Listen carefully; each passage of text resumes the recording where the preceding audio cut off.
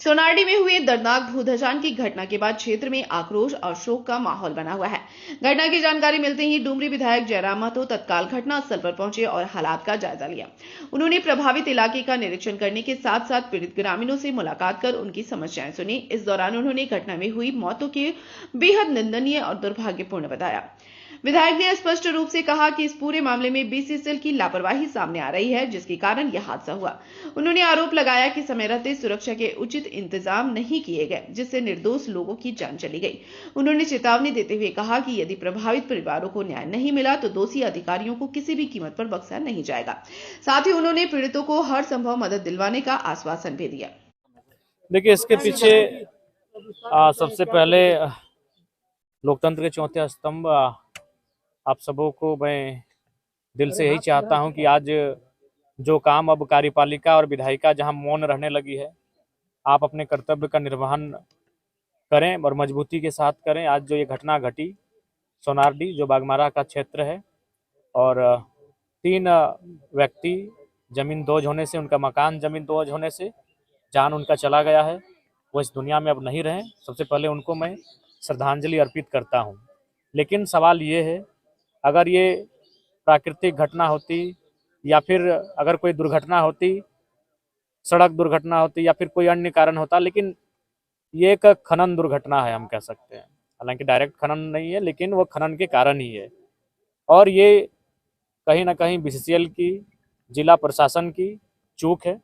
वह ऐसे गतिविधि जहां अवैध रूप से संचालित हो रहे हैं, जहां कहीं विस्थापित नहीं किया गया है, ऐसे बहुत सारे मामले सामने आ रहे हैं जो मूल कारण है।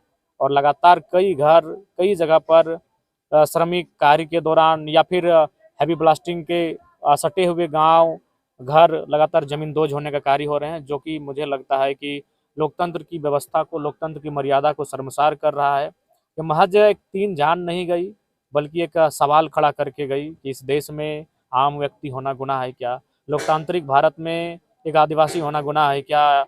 मुझे लगता है एक सवाल खड़ा करके गई। वो जान केवल 3 जान नहीं, वो एक सवाल खड़ा करके गई है कि हमने कैसा राज्य और कैसा राष्ट्र का निर्माण किया है, जहां आम व्यक्ति की सुविधाओं की, आम व्यक्ति की सुरक्षा की सुनी तक नहीं जा रही है। बहुत ही चिंता का विषय है।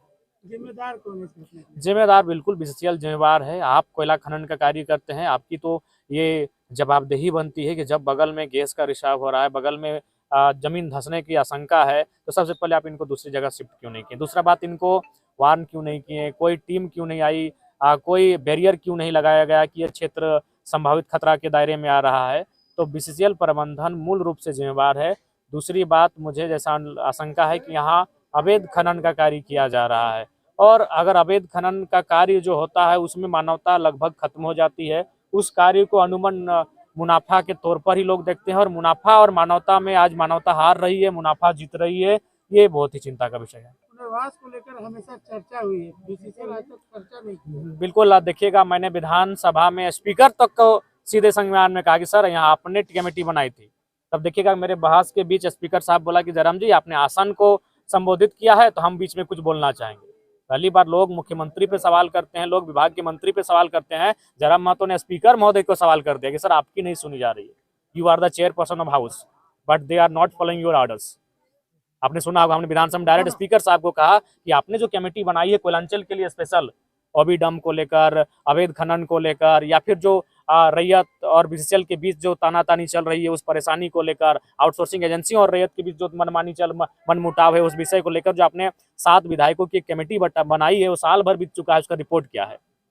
कितनी जाने जाएंगी, उसके बाद आपको रिपोर्ट प्रस्तुत किया जाएगा, ये आपने भी देखा होगा। तो बिल्कुल ये बहुत ही गंभीर मामला है। इस मामले पर हम लोग चुप्पी नहीं रहेंगे, इस मामले पर हम लोग अपनी आवाज को बुलंद करेंगे। इस प्रकार से आम व्यक्ति की जान नहीं जानी चाहिए।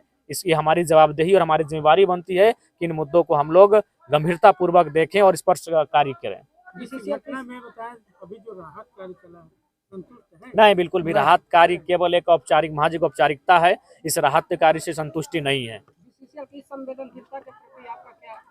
मैं बार बार कह रहा हूं कि आज संवेदना धीरे धीरे खत्म हो रही है। आम व्यक्ति का जीवन अब मुझे लगता है कि आज एक पशुओं के जीवन की भांति है। आम व्यक्ति का जीवन का कोई मूल्य नहीं रह गया। इस पूंजी की ताकत ने, इस पूंजीवादी भारत ने जो हम कदम रखने जा रहे हैं धीरे धीरे, उसमें आम व्यक्ति के जीवन का कोई मूल्य नहीं रहा। उसी का एक जीता जागता प्रमाण है यह घटना, उसी का जीता जागता प्रमाण है। आपके द्वारा क्या कदम उठाए? हमारे द्वारा निसंदेह इस बात को लेकर अभी हम लोग माननीय मुख्यमंत्री जी से हम इस विषय पर बात करेंगे, उनसे लिखित बातचीत करेंगे, चूंकि अभी वो असम के दौरे पर है, और साथ ही संबंधित जो विभाग होता है वहाँ भी हम बातचीत करेंगे।